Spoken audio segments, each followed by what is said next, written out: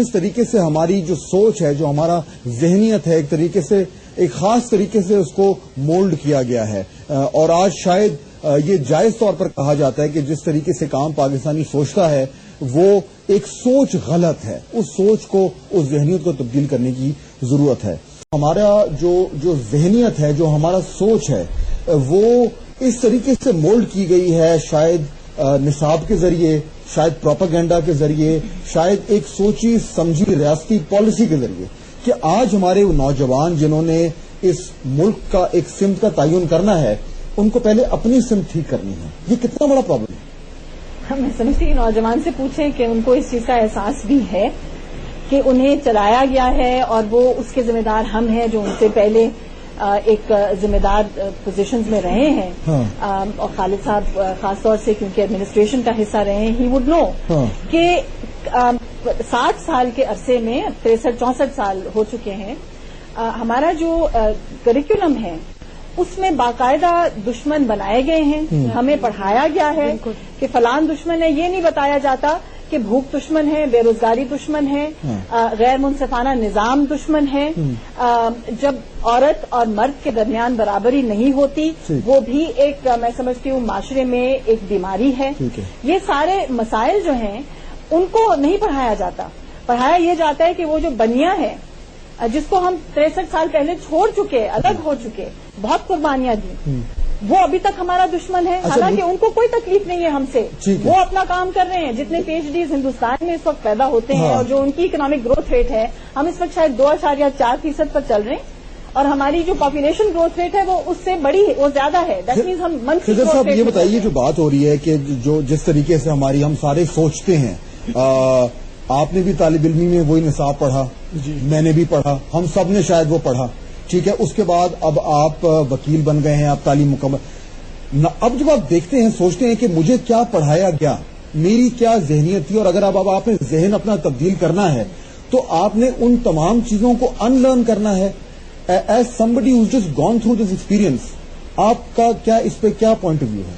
کیونکہ میرا اس پہ پوائنٹ آف ویو یہ ہے, جب میں نے تعلیم حاصل کی پاکستان میں, اس کے بعد میں لنڈن گیا, وہاں پہ جا کے مجھے ایکسپوجر ملا. وہاں پہ میں نے عائشہ جلال کی کتابیں پڑھی, وہاں میں نے عائشہ صدیقہ کی کتابیں پڑھی پاکستان کے اوپر, پاکستان کو چلا کون رہا ہے اور پاکستان کے اندر کیا ہو رہا ہے. وہ ایک ایسا شوق ہوتا ہے جس شوق سے آپ نکل ہی نہیں سکتے ہو. یعنی آپ کو یہ لگا کہ میرے سے غلط بیانی کی گئی ہے؟ جی بالکل غلط بیانی کی گئی ہے, اور اس طرح کی غلط, آپ ایک جنریشن کو, پوری جنریشن کو آپ ایک غلط طرف لے کے چلے گئے ہو. اب میرے جیسا خوش قسمت آدمی یا شندانہ جیسی خوش قسمت لڑکی جس کو ایجوکیشن حاصل کرنے کا موقع ملا, اس کو تو پتا چل گیا, وہ یہ باتیں کر سکتا ہے. لیکن آپ نے بھی بات کی 60% پاکستان وہ یوتھ ہے, اور 60% میں سے آئی ایم شیور اس 60% کا 80% وہ لوگ ہوں گے جن کو یہ پریولیج نہیں ملتا ہے کہ وہ اپنی نصاب کو درست کر سکیں یا وہ کتابیں خرید سکیں. یعنی 80% وہ لوگ ہیں جن کو یہ پریولیج نہیں ہے کہ وہ خود وہ چیزیں جو انہوں نے خود سیکھی ہیں وہ پھر سے ایک نئے طریقے سے پڑھیں اور سمجھیں کہ میرے پاس کیا کیا غلط خیالات میرے ذہن میں. تو آپ یہ کیوں ایکسپیکٹ کرتے ہیں کہ آپ کو کچھ دیا جائے؟ جو آپ کی اپنی کیپیسٹی ہے آپ اس میں کچھ کرنے کی کوشش کریں, اور ہماری یوتھ میں یہ پوٹینشیل ابھی ہے, صرف ہمیں ایک ڈائریکشن چاہیے.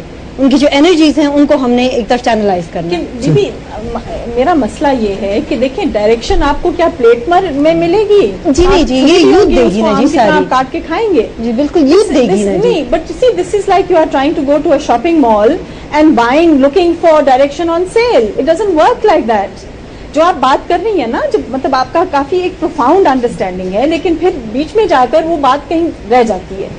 When you educate yourself then you find direction through that process of education.